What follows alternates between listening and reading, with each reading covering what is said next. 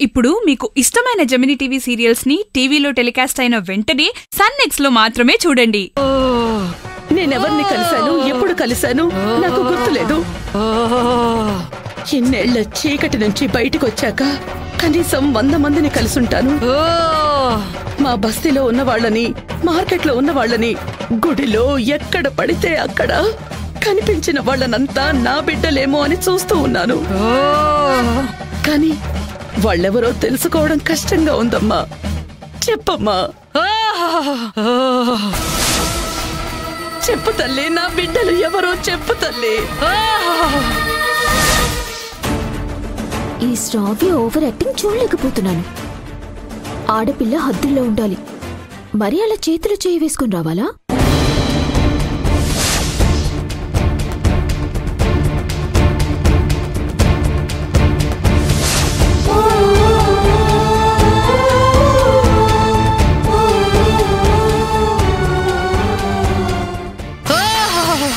ఫలానా వాళ్ళు నా బిడ్డలు అని ఎలా కనిపెట్టాలో నువ్వే చెప్పు తల్లి. నీకన్నీ తెలుసు, నువ్వే చెప్పాలి. నా బిడ్డలు ఎవరో నువ్వే చెప్పాలి.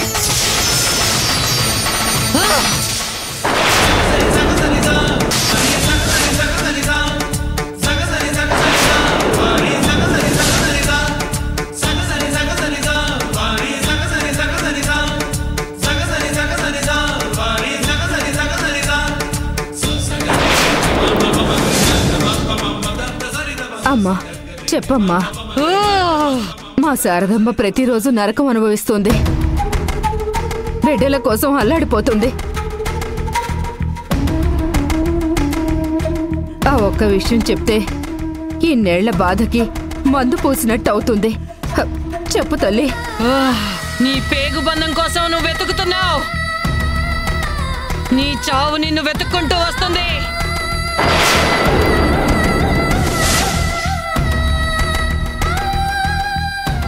అయోమయం అల్లుకున్న నీ మనసుకి ఓదార్పు ఎవరో తెలుసా? జ్యోతి.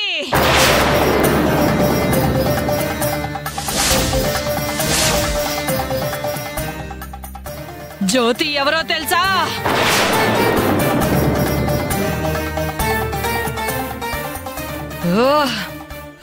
రమణమ్మా. అమ్మా, నీ కూతురు ఎవరో తెలుసా?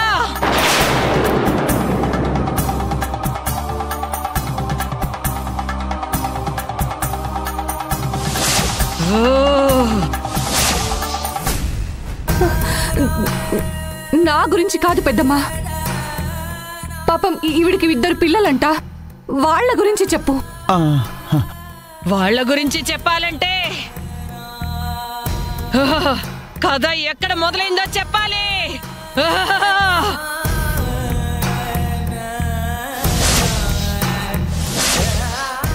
చెప్పు తల్లి.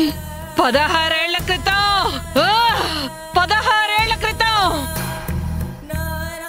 అవునమ్మా, సరిగ్గా 16 ఏళ్ల క్రితం ఇలాంటి పండక్కి ఒక్క 2 రోజుల ముందు, ఆ 2 రోజుల ముందు జరిగిన విపత్తు.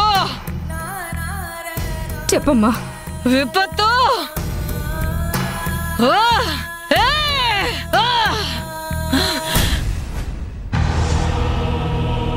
చెప్పమ్మా, చెప్పు.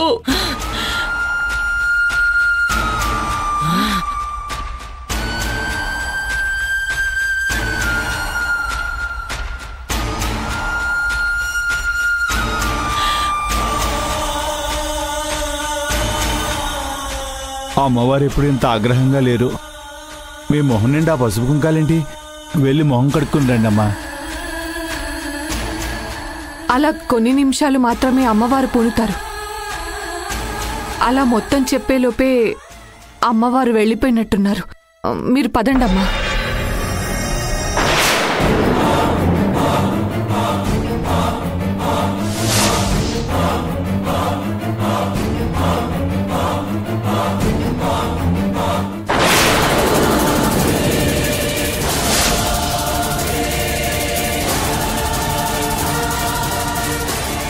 అమ్మా పదండి.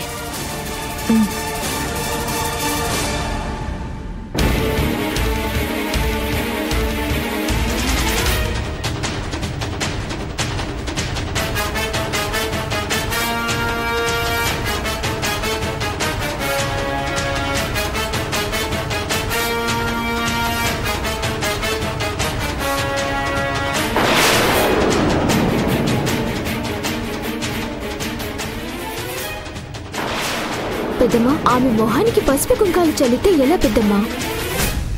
ఎస్ ఆమె రా వచ్చి కూర్చో. పెద్దమ్మా ఆ దొరబాబు దొరసాని ఇద్దరూ ఏదో కోరుకోవటానికి పెద్ద కాలనీ నుంచి ఇడికొచ్చారు. పాపం ఏదో కోరుకుంటారంట, విను. సగం చెప్పి వెళ్ళిపోయిందేంటి పెద్దమ్మ తల్లి? మిగతాది కూడా చెప్పొచ్చు కదా, ఎందుకు ఇలా చేసావు? అలా అనకూడదు. అమ్మవారు పూనితేనే పెద్దమ్మ మాట్లాడుతుంది. సామి మీరొచ్చి కూర్చోండి. కుర్చీలు లేకుండా కూర్చోవడం ఎలా? ఇదిగో దొరసాని, మా బస్తీలో ఇలా చాప మీద కూర్చుని పూజ చేయటమే పద్ధతి. నాకు కింద కూర్చునే అలవాట్లేదు. నెత్తిన కూర్చోవడం అలవాటే కదా. ఏంటి రంగా ఇది? పాపం పెద్దింటి పిల్లలు అలవాటు లేదు అంటున్నారు కదా, వెళ్ళి కుర్చీలు తీసుకురా. మామా కుర్చీలు తీసుకురా. అట్నే.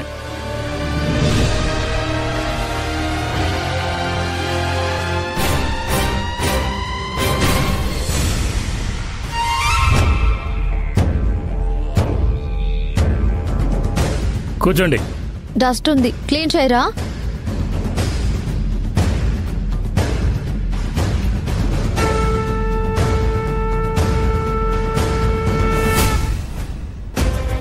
తుడిచేశాడుగా, కూర్చోండి.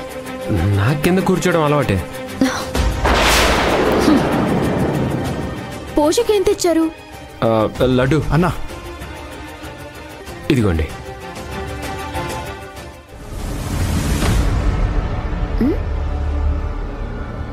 ఏంటి దొరబాబు, కొబ్బరికాయ పూలు తప్ప ఏమీ తేలేదా? పూజకి పూలు కొబ్బరికాయ కాకుండా ఇంకేం తీసుకురావాలి? అన్నా ఏదైనా స్వీట్ తీసుకొచ్చుంటే బాగుండేదేమో. అంతేనా? అయ్యో స్వీట్లు కాదు లడ్డు, పెద్దమ్మకి పూజ అంటే బోనం తీసుకురావాలి. ఓ సర్లే అబ్బాయి, నీకోసం శ్రావి కోసం నేనే ఒక బోనం తెస్తాను.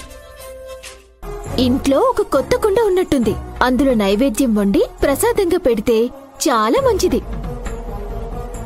అమ్మవారు పోనకపోయినా మీరనుకున్నవి జరుగుతాయి. ఇప్పుడే వస్తాను.